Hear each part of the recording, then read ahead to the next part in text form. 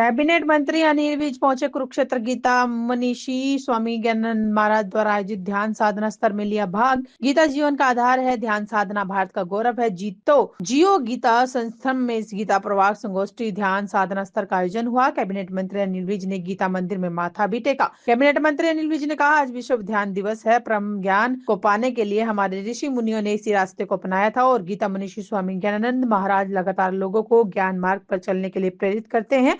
और आज मैं शुभकामनाएं देता हूं कि ध्यान दिवस के अवसर पर गीता मनीषी स्वामी ज्ञानानंद महाराज ने कहा, गीता का गौरव सनातन का स्वाभिमान है। जहां एक और वर्ल्ड डे 21 जून को मनाया जाता है, यूनेस्को की ओर से 21 दिसंबर वर्ल्ड मेडिटेशन डे विश्व ध्यान दिवस के रूप में निर्धारित हुआ है। परम ज्ञान को पाने के लिए हमारे ऋषियों मुनियों ने इसी रास्ते को अंगीकार किया था और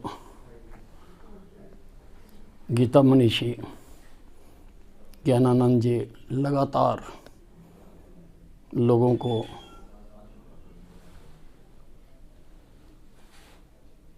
ज्ञान मार्ग पर चलने के लिए प्रेरित करते आ रहे हैं और आज मैं शुभकामनाएं देना चाहता हूं ध्यान दिवस के। का गौरव है और ये हमारा सनातन स्वाभिमान है कि जहाँ एक और वर्ल्ड योग डे 21 जून के लिए निश्चित हुआ और वहीं यूनेस्को की ओर से 21 दिसंबर वर्ल्ड मेडिटेशन डे विश्व ध्यान दिवस के रूप में निर्धारित हुआ।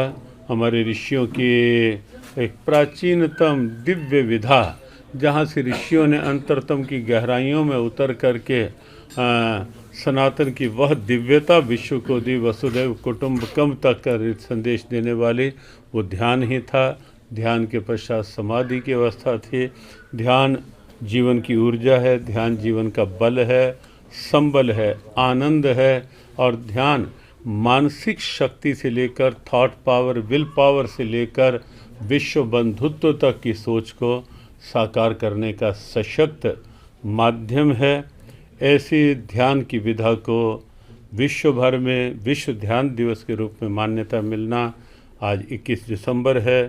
हमारी बहुत बहुत शुभकामना और हमारा प्रारंभ से ही ये उद्घोष है, गीता संग जीवन ढंग बनाएं, ध्यान को जीवन का अंग बनाएं।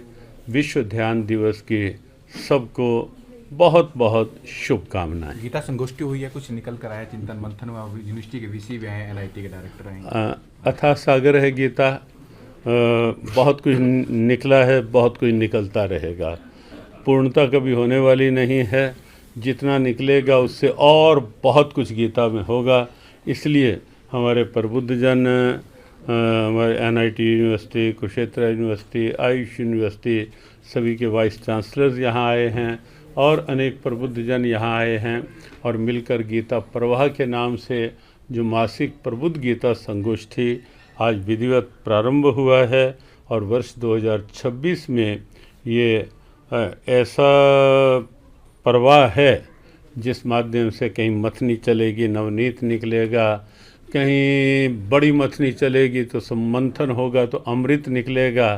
तो निश्चित रूप से गीता से ये जो माखन, अमृत, ये सब निकलता रहेगा और सबके लिए, हर क्षेत्र के लिए उपयोगी सिद्ध होता रहेगा।